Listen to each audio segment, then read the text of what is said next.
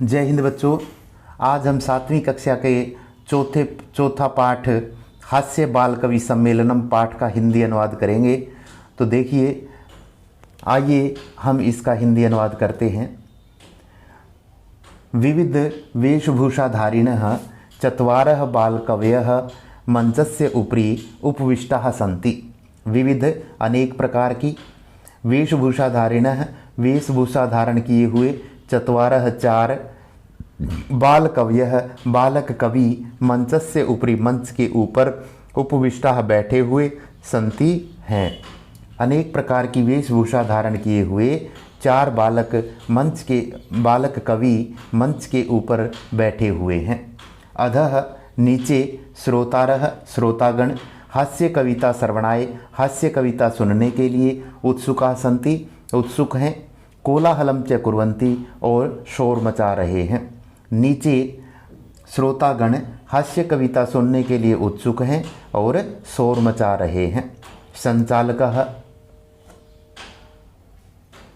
संचालक महोदय कहता है, अलम कोलाहलेन, शोर मत करो।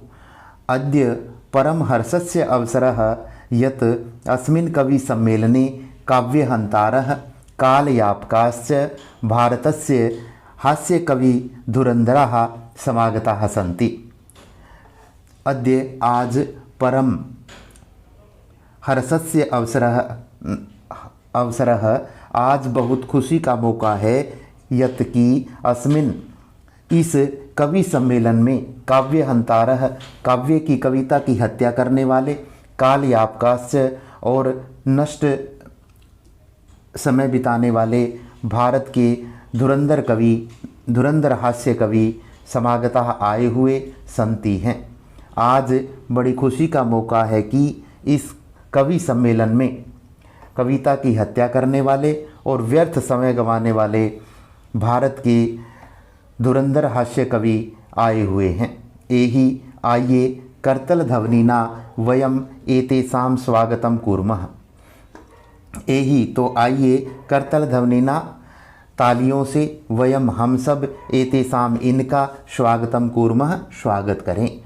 तो आइए तालियों से हम सब इनका स्वागत करें। गजाधर सर्वेभ्यो अरसिकेभ्यो नमो नमः। सभी कविता में रुचि न रखने वाले लोगों को मेरा बार बार प्रणाम। प्रथमं तावत् अहम आधुनिकं वैद्यम उद्देश्यम। प्रथमं तावत् तो सबसे पहले, मैं आधुनिकम वैद्यम आधुनिक वैद्य को, उद्देश्य करके, स्वकीयम काव्यम अपनी कविता, श्राव्यामी सुनाता हूँ। तो सबसे पहले मैं आधुनिक वैद्य के बारे में अपनी कविता सुनाता हूँ। वैद्यराज नमस्तुभ्यम यमराज सहोदरः, यमस्तु हरति प्राणान वैद्य प्राणान धनानि च। वैद्यराज कहते हैं कि हे वैद्यराज, नमस्तुभ्यम यमराज सहोदरः, हे वैद्यराज यमराज के सगे भाई, मैं आपको प्रणाम करता हूँ। यमस्तु हरति प्राणान, यमराज तो केवल प्राणों को हरता है। वैद्य प्राणान धनानि च, वैद्य प्राण और धन दोनों को हर लेता है। सर्वे उच्चै हसन्ति, सभी ऊंची आवाज में हंसते हैं। कालांतक, अरे वैद्यास्तु सर्वत्र परंतु न ते मादृशा कुशला जनसंख्या निवारणे। अरे वैद्यः अस्तु सर्वत्र, वैद्य तो सभी जगह मिल जाते हैं, परंतु न ते मादृशा, मेरे जैसा कुशल जनसंख्या निवारणे, जनसंख्या कम करने में कोई नहीं है। अरे वैद्य तो सभी जगह मिल जाते हैं, परंतु जनसंख्या कम करने में मेरे जैसा कुशल कोई नहीं है। ममापि, मेरी भी, काव्यम कविता, इदम शृण्वन्तु भवन्तः, आप सब सुनिए, मेरी भी कविता आप सब सुनिए। चिताम प्रज्वलिता दृष्ट्वा वैद्यो विस्मयागतः, न अहम गतो न मे भ्राता कस्येदम हस्तलाघवम। चिताम प्रज्वलिताम चिताम दृष्ट्वा, प्रज्वलिताम जलती हुई, चिताम चिता को, दृष्ट्वा देखकर, वैद्य विस्मयम आगतः, हैरान हो गया। जलती हुई चिता को देखकर वैद्य हैरानी में पड़ गया। न अहम गतः, न अहम, ना मैं गया, न मैं भ्राता और न मेरा भाई, न मैं गया और न ही मेरा भाई गया। कश्य इदम, तो फिर यह किसके हाथ की, हस्तलाघवम, किसके हाथ की चतुराई है। जलती हुई चिता को देखकर वैद्य हैरानी में पड़ गया। न मैं गया और न ही मेरा भाई गया, तो यह किसके हाथ की चतुराई है। सर्वे पुनः हसंती, सभी फिर से हंसते हैं। तुंदिलः, तुंदिल, पेटू, तुंदस्य ऊपरी हस्तम आवर्त्यन, तुंदस्य ऊपरी, तोंद के ऊपर, पेट के ऊपर, हस्तम हाथ, आवर्त्यन फेरते हुए, पेट के ऊपर हाथ फेरते हुए। तुंदिलो अहम, भो, अरे मैं पेटू हूँ। तुंदिलः पेटू, अहम मैं, अरे मैं पेटू हूँ। ममापि, मेरी भी, इदम काव्यम, कविता, यह कविता, श्रूयताम, सुनो, मेरी भी यह कविता सुनो। जीवने धार्यताम च, और जीवन में धारण करो। परान्नम प्राप्य दुर्बुद्धे, माँ शरीरे दयाम कुरु। प्रान्नम दुर्लभम लोके, शरीराणि पुनः पुनः। कहता है कि दुर्बुद्धे, हे दुष्ट बुद्धि, परान्नम प्राप्य, पराये अन्न को प्राप्त करके, शरीरे, शरीर पर, दया मा कुरु, शरीर पर दया मत करो। पराये अन्न को पाकर अपने शरीर पर दया मत करो। परान्नम दुर्लभम लोके, इस संसार में पराया अन्न, पराया भोजन मिलना दुर्लभ है। शरीराणि पुनः पुनः, शरीर तो बार बार मिलते रहते हैं। सर्वे पुनः अट्टहासम कुर्वन्ति, सभी बार बार फिर से ठहाका लगाकर हंसते हैं। चारवाह कहता है आम आम, हाँ हाँ, शरीरस्य पोषणम सर्वथा उचितमेव, शरीर का पोषण हमेशा उचित ही है।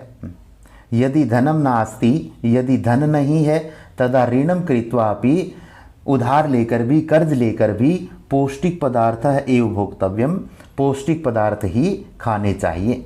यदि धन नहीं है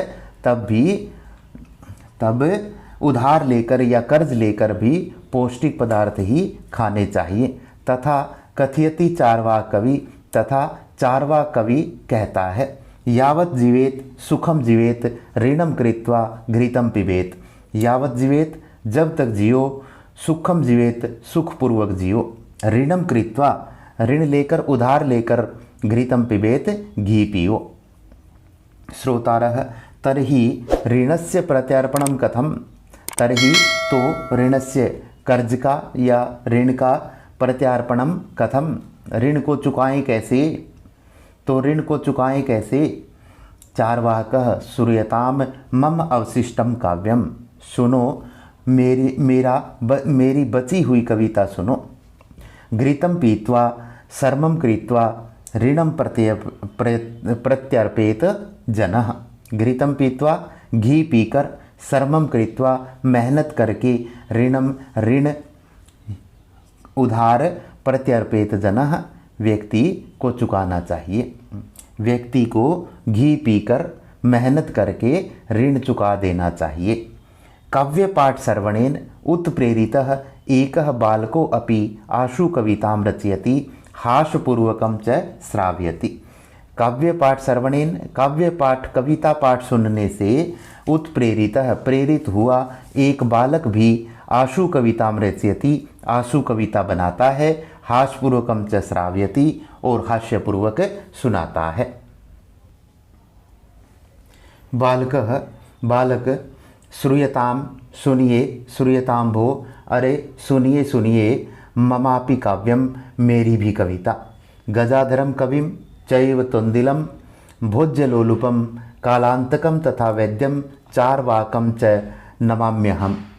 कहता है कि गजाधर कविम, कवि गजाधर को, तुंदिल भोज्यलोलुपम, भोजन के लालची पेटू को, कालांतक और वैद्य चारवाक को मेरा बार बार प्रणाम, मैं प्रणाम करता हूँ। काव्यम श्रावयित्वा, हा हा हा इति कृत्वा हस्ति, काव्य सुनाकर कविता सुनाकर हा हा करके हंसता है। अन्य चापी हसंती, और दूसरे भी हंसते हैं। सर्वे गृहम गच्छन्ति, सभी घर चले जाते हैं। यहाँ पर इस पाठ का हिंदी अनुवाद समाप्त होता है। जिन बच्चों ने अभी तक चैनल को सब्सक्राइब नहीं किया है वो कृपा करके सब्सक्राइब कर लें और वीडियो को लाइक करें। धन्यवाद।